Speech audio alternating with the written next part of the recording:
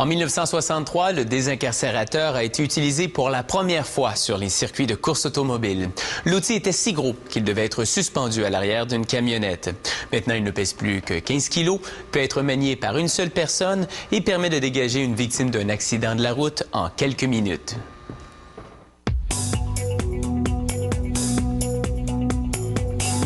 Lors d'une situation d'urgence, les minutes sont précieuses.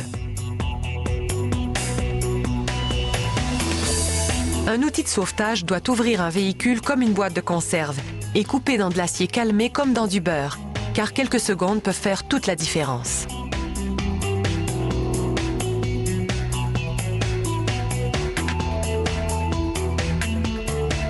C'est un fluide hydraulique qui donne de la puissance aux mâchoires qui coupent et aux branches qui écartent. La fabrication d'un désincarcérateur commence avec une machine à fraiser qui façonne les mâchoires ou branches dans une barre d'aluminium solide de qualité aéronautique.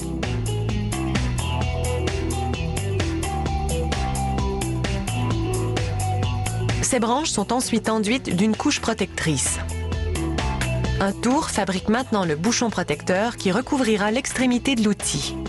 Une arête tranchante en carbure façonne l'aluminium solide qui tourne à haute vitesse en un bouchon qui sera ensuite percé et traité avec une couche de protecteur anti-rouille.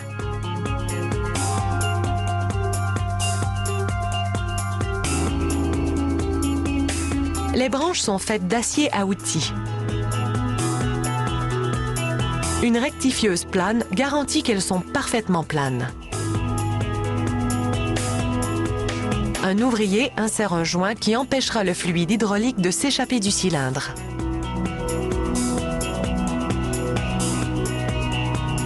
Il lubrifie un piston avec du fluide hydraulique afin qu'il glisse dans le cylindre sans endommager l'intérieur, puis l'enfonce à l'aide d'un maillet pour qu'il puisse être relié à une articulation.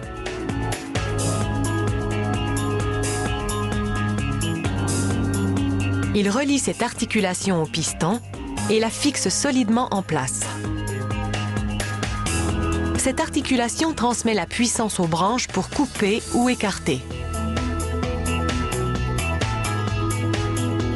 L'ouvrier met ensuite le bouchon assemblé en place sur le cylindre et le boulonne.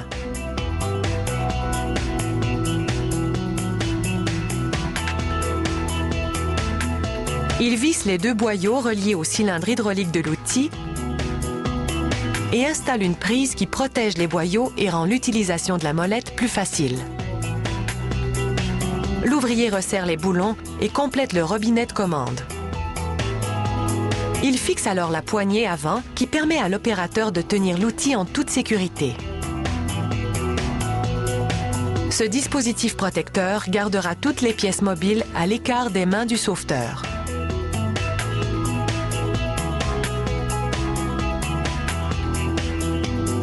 L'ouvrier aligne maintenant les trous dans les mâchoires à ceux de l'outil et insère un axe d'articulation en acier.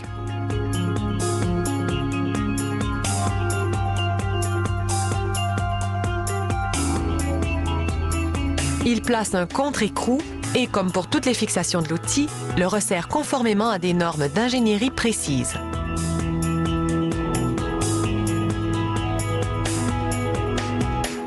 Une fois les mâchoires en place, l'ouvrier les fixe solidement à l'articulation à l'aide d'un axe d'alliage d'acier et d'une bague de retenue.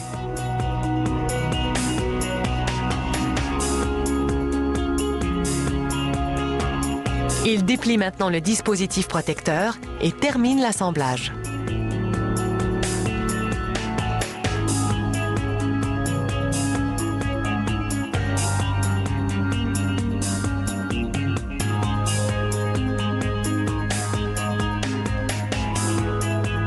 Un ouvrier teste le désincarcérateur qui a été rempli de fluide hydraulique résistant au feu.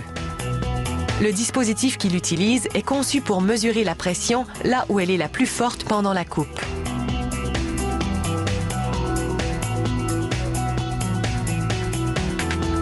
L'outil réussit l'essai de pression. Qu'il faille couper le métal ou l'ouvrir pour dégager une victime, grâce à cet outil, les équipes d'urgence qui arrivent sur les lieux d'un accident sont équipées pour sauver des vies.